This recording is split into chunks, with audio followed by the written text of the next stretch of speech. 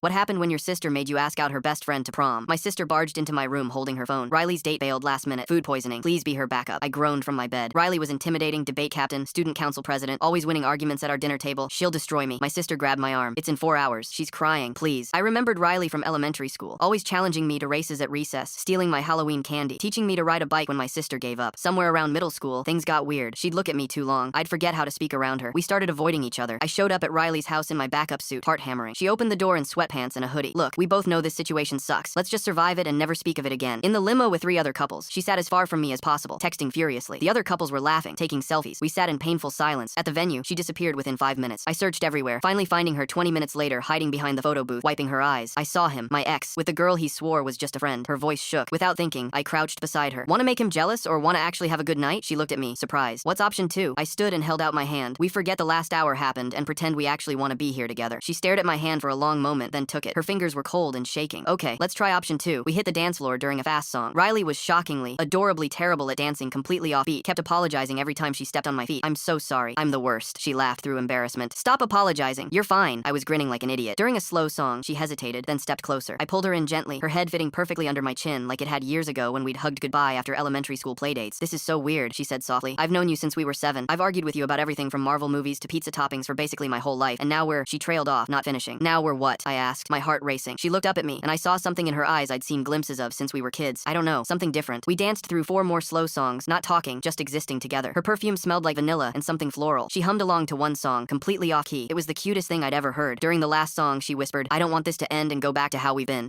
What have we been? What have we been? She pulled back slightly to look at me, scared, avoiding each other, pretending we don't feel things. At her doorstep, my hands were shaking as I walked her up. She stopped before going inside and turned to face me. I need to tell you something. My stomach dropped. Okay, I lied earlier. My date didn't bail. I uninvited him 2 days ago because being with him felt wrong. Your sister didn't force you to come tonight either. My heart stopped completely. What do you mean? Riley bit her lip nervously. Last month, I finally admitted to your sister that I've had a crush on you since 4th grade, that I've been too scared to do anything about it because we've known each other forever and I didn't want to ruin everything. She told me you said the same thing to her last year. Everything clicked into place. The avoiding, the tension, the way we'd orbit each other at family dinners without ever getting too close. So tonight was, I started, a setup. She invented the food poisoning story, made it seem desperate so you'd come. Riley looked terrified. I'm sorry. I know it's manipulative and weird and you probably hate me now, but I just needed one night to see if maybe. I kissed her before she could finish spiraling. She made a small surprise sound, then kissed me back, her hands sliding up to my neck. When we pulled apart, we were both breathing hard. I've wanted to do that since 6th grade, I whispered. When you beat me in the science fair and I pretended to be mad, but really I just thought you were incredible. She laughed, tears in her eyes now for a completely different reason. I let you win at mini golf for 3 years straight because I liked seeing you happy. That's the most competitive thing you've ever said. I kissed her again, softer this time. She smiled against my lips. Your sister's watching from the window. I glanced up. My sister gave us 2 thumbs up. She's the worst, Riley giggled. She's the best. Remind me to thank her tomorrow.